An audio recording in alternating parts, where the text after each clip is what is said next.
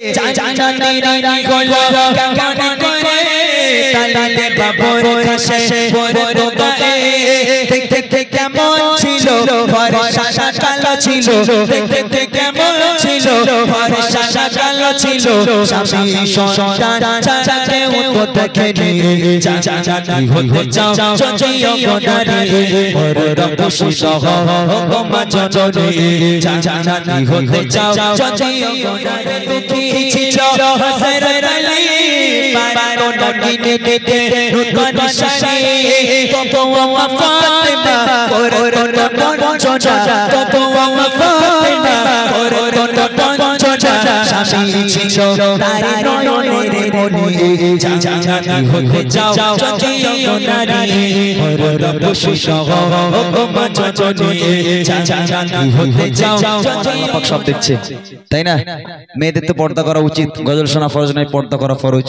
অর্থাৎ এখানে এত মায়েদের চাপ আমরা বলতে পারলাম না নইলে আমরা বলতাম আলাদা করে একটা পর্দা করে একটা সাইডে দেওয়ার জন্য যেহেতু আম্মাজান ফাতেমাকে একটুখানি স্মরণ করে দেখেন যে ফাতেমা পেটে ভাত নেই খাওয়া নেই সেই ফাতেমা কতটা কষ্ট করেছে সেই ফাতেমা কেমন পর্দা করেছে এক ছন্দ শোনাচ্ছি পর্দার বিধান যেহেতু মনে পড়ে গেল তাই এক ছন্দ আপনাদের জন্য শোনাচ্ছি মা ফাতেমার পর্দা আমার ঘরের ফাতেমাদের পর্দা কবি লিখে দেখেন জান্নাতি হতে চাও চচিও গোনারি রক্ত সুসহ গোমা জননী জান্নাতি হতে চাও চচিও গোনারি রক্ত সুসহ গোমা জননী শোনা শোনা গোমা বনেরা শোনা শোনা গোমা বনেরা কেমন ছিল মা ফাতেমা জননী জান্নাতি হতে চাও চচিও গোনারি রক্ত সুসহ গোমা জননী জান্নাতি হতে চাও চচিও গোনারি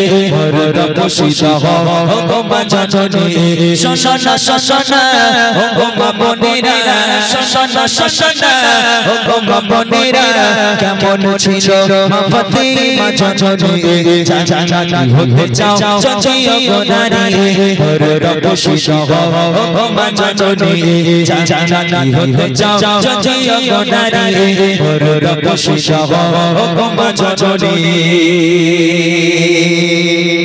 মা ফাতেমার পর্দার কথা শোনেন এইবার আমার ঘরের ফাতেমা এখানে যে মেয়েগুলো বসে আছে যে মা বোনগুলো বসে আছে এদের মধ্যেও ফাতেমা আছে এখন এই ফাতেমা নবীর মেয়ে ফাতেমা দুই ফাতেমার মধ্যে পার্থক্য কি জানেন নবীর মেয়ে ফাতেমা জান্নাতের রানী আর আমার ঘরের ফাতেমারা জাহান্নামের রানী এই দুটোই পার্থক্য এছাড়া কোনো পার্থক্য নেই সেও নারী এও নারী সে যে খাদ্য খায় এ সে খাদ্য খায় সেও মুসলিম এও মুসলিম সেও পর্দা করে এও পর্দা করে তাহলে মা ফাতেমা জান্নাতের রানী কেন হয়েছে যদি মা ফাতেমা জান্নাতের রানী না হয়ে আজকের যদি এই নাগরতলার একটা ফাতেমা জান্নাতের রানী হতো তাহলে লোকের সঙ্গে একটু গল্প করে বেড়াতাম যে ছকিনাপুর মেয়ে ফাতেমা জান্নাতের রানী হয়েছে কি ভালো লাগতো কিন্তু তা নয় এখন ফাতেমার বোরখা আর আমার ঘরে ফাতেমাদের বোরখা কবি লিখছে দেখেন জান্নাতি রানী হলো কেমন করে দেখতে কেমন ছিল ফর্সা কালো ছিল স্বামী সন্তান ছাড়া কেউ তো দেখেনি জান্নাতি হতে চাও চচিও গোনারি রক্ত সুসহ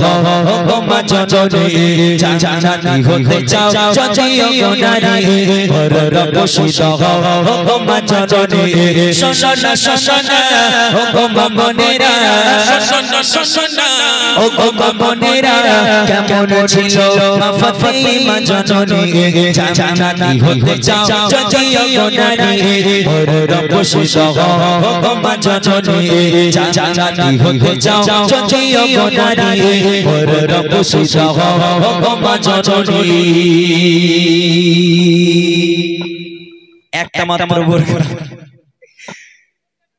একটা মাত্র বোরকা ফাতেমার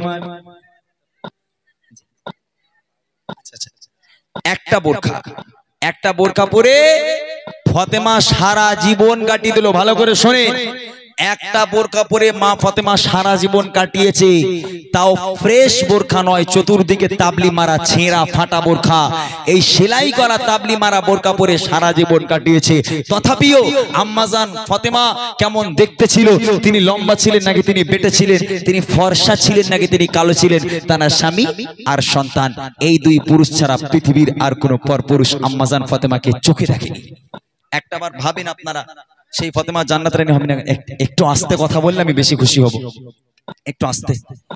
তাহলে একটাবার ভেবে দেখেন মা ফাতেমা কেন জান্নাতের রানী হবে না?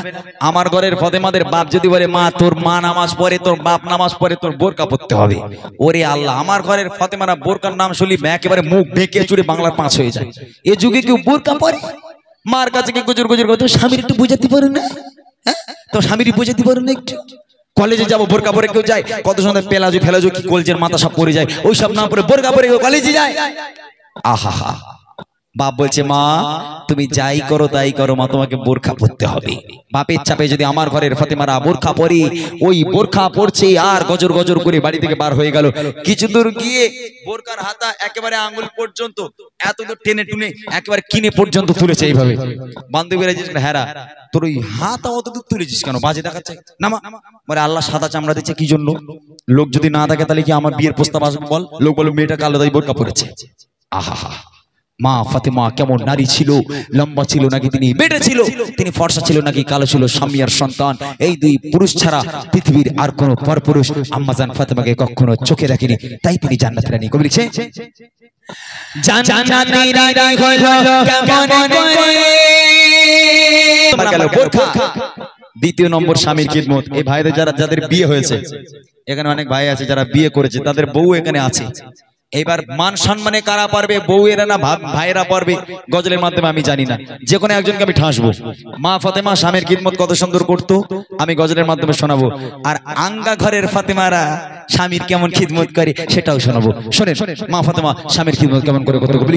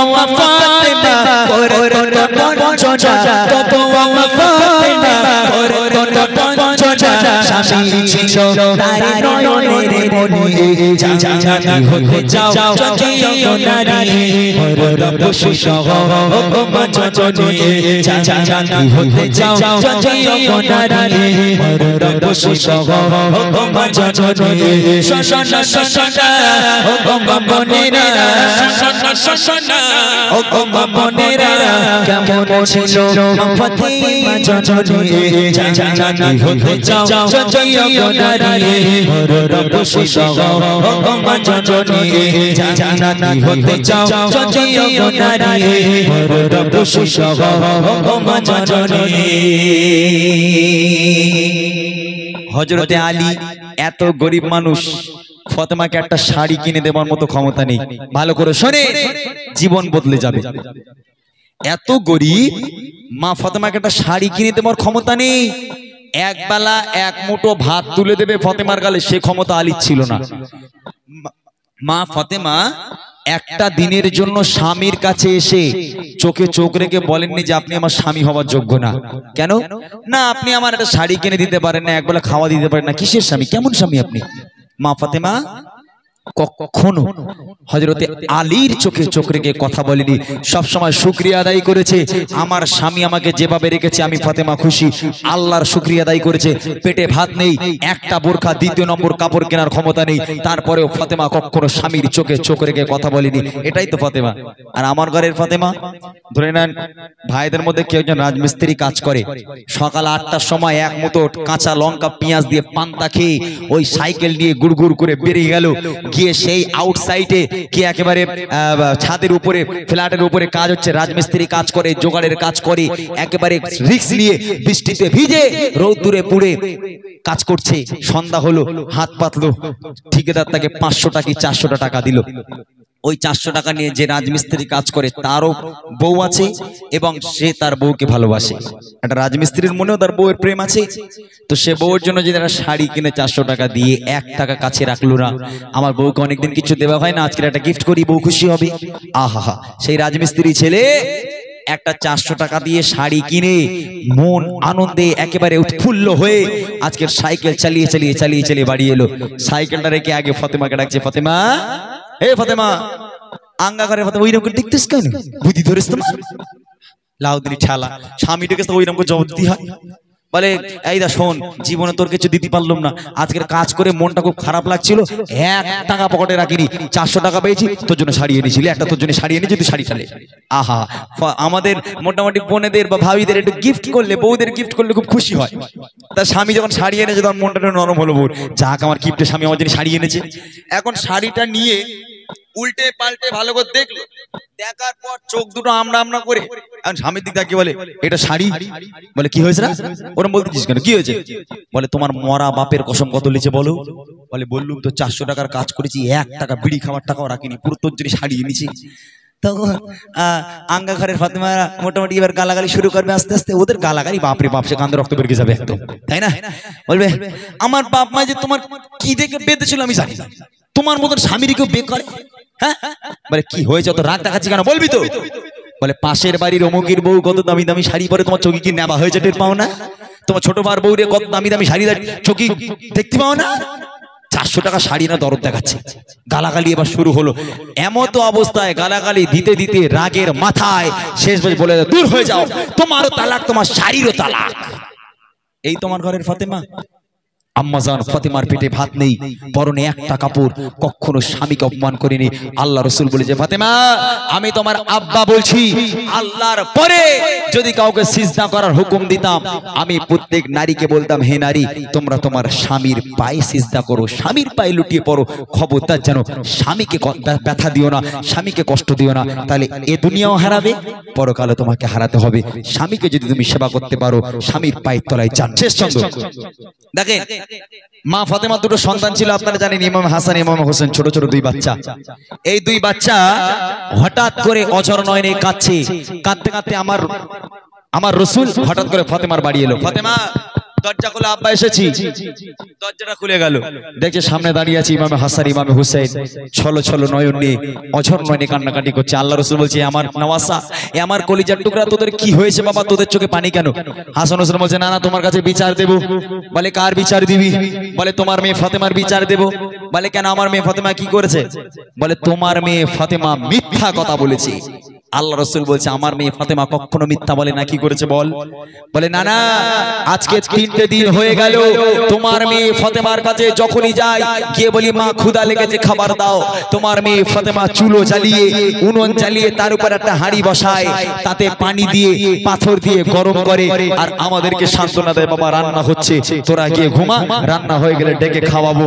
পানি গরম করে করে করে করে 3টে দিন পার হয়ে গেল তোমার মেয়ে ফাতেমা খাওয়া দেয় না। আজকে যদি তোমার হাসান হোসেনকে খাবার না দাও তাহলে তোমার হাসান হোসেনের মরা মুখ তোমাকে দেখতে হবে। এই কথা শোনার সাথে সাথে আমার আপনার নবী আর নিজেকে ধরে রাখতে পারলো না, হাউ হাউ করে কেঁদে ফেললো। কাঁদতে কাঁদতে যে পিরান পড়েছিল, যে পিরান মোবারকনা পড়েছিল, ওই পিরানটা আস্তে আস্তে তুলছে, ওই পিরানটা আস্তে আস্তে আস্তে আস্তে তুলছে, এই পেট পর্যন্ত তুলেছে, তুলে বলছে আমার কলিজার টুকরা তোরা কি দেখতে পাচ্ছিস বাবা? বলে না না তোমার পেটে তো পাথর দেখতে পাচ্ছি। আল্লাহ রাসূল কাঁদতে কাঁদতে বলেছিল ও আমার হাসান ও আমার হুসাইন তোরা তো 3 দিন খাসনি বাবা, আমি তোর নানা আজকের 5টা দিন হয়ে গেল আমার পেটে পানি ছাড়া আর কিচ্ছু পড়েনি। রাসূলের পেটে পাথর বাঁধা, হাসান হোসেনের পেটে পাথর বাঁধা, মা ফাতেমার পেটে পাথর বাঁধা, সারা আজকে 2 দিন 4 দিন না খেয়ে জীবন যাপন করেছে, কখনো আল্লাহ ভোলা হয়নি, নামাজকে কাজা করেনি, আমার আল্লাহ শুকরিয়া আদায় করেছে, তাই তারা জান্নাতের সার্টিফিকেট দুনিয়ার বুকে দিয়ে পেয়েছে। শেষ কথা কবি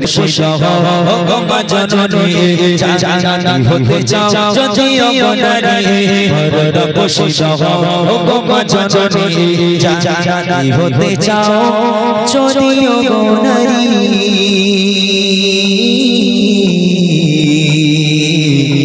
পর্দা পুশিরা ও গো মা